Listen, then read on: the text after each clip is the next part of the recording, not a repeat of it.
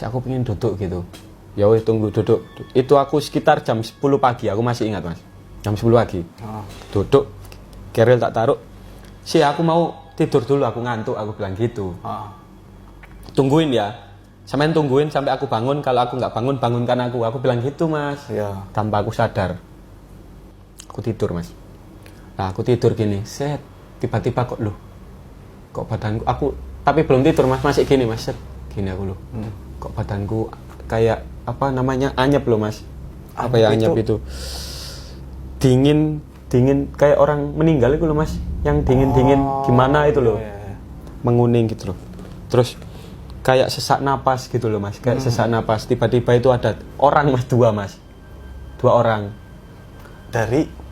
Nggak tahu, putih bajunya, gede, dua orang. Gitu.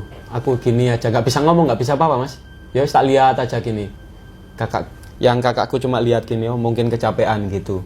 Tak lihat gini, tiba-tiba kok kayaknya nyawaku dicabut aku gitu.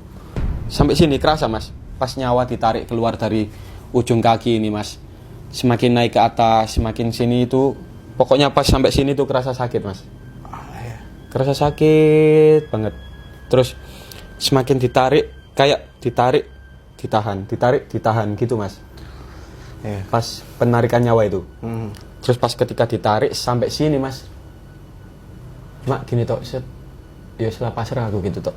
Mungkin sudah waktunya, tapi kok aku meninggal di gunung, kasihan kakakku, aku gitu. Setelah bodo amat aku.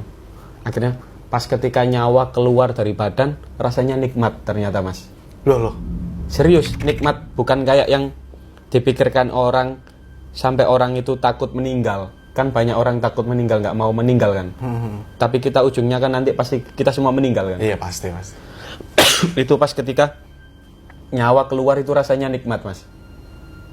Dan pas ketika nyawaku keluar, itu aku melihat jasadku, melihat kakakku di situ. Ya aku melihat gitu. Terus lihat sekeliling gitu, masih kayak mungkin dikira aku tidur ya.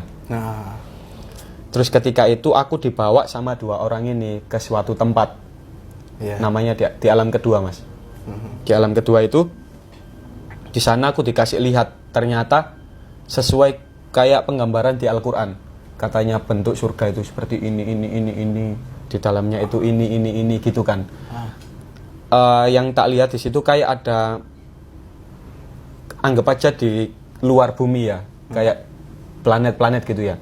Itu ada kayak pulau, tapi setiap pulau ada kayak kerajaan, kayak ya semacam gitulah, bangunan bagus besar gitu.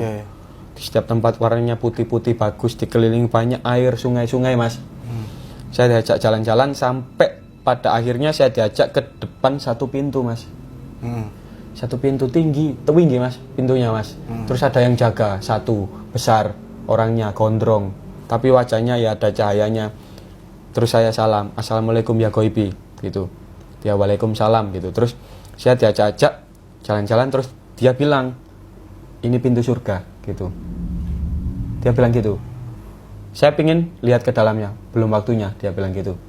Aku diajak jalan-jalan mas, melihat orang yang katanya itu neraka ya. Saya melihat, diajak itu saya jalan-jalan di situ sampai ke sebuah pintu. Di situ banyak disiksa-siksa itu loh mas. Orang itu. Saya lihat kayak besi panjang ditusuk dari anus tembus ke mulut. Terus kayak di gunung berapi ada yang ibaratnya dimasak, dirantai, jalan-jalan sambil ya Allah astagfirullah sambil gitu-gitu. Saya diajak jalan-jalan melihat itu sampai ke bawah gitu. Rasanya aneh, kayak baunya bau anyer-anyer, darah direbus gitu loh mas. Baunya. Terus pedih panas gitu. Terus setelah saya diajak jalan-jalan ke situ, tiba-tiba saya berada di sebuah tempat kayak padang pasir. Nggak ada apa-apa, panas. Dan posisi saya waktu itu pakai baju saya yang naik gunung itu. Tapi di situ ada matahari itu kayak dekat mas, jaraknya sekitar segini. Matahari itu jaraknya sekitar segini. Nggak ada angin, nggak ada apa-apa. Tiba-tiba itu kayak ada bisikan sholat gitu. di situ. Lah itu aku diam aja. Ini tempat apa gitu? Masa ini tempat padang mahsyar itu nama katanya itu kan ya. Saya nunggu di situ diam gini, nggak ada orang, nggak ada apa-apa. Tiba-tiba nggak ada air juga. Saya tayamum, sholat mas. Pas ketika di alam sana itu sholat. Ketika selesai sholat kayak ada cahaya mas, yang nabrak ke saya gini. Tiba-tiba saya berada di depan pintu yang ada penjaga satu tadi yang katanya surga itu. Iya.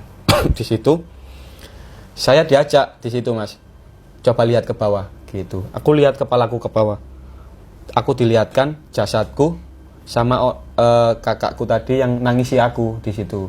Sepi itu waktu itu mas Ian.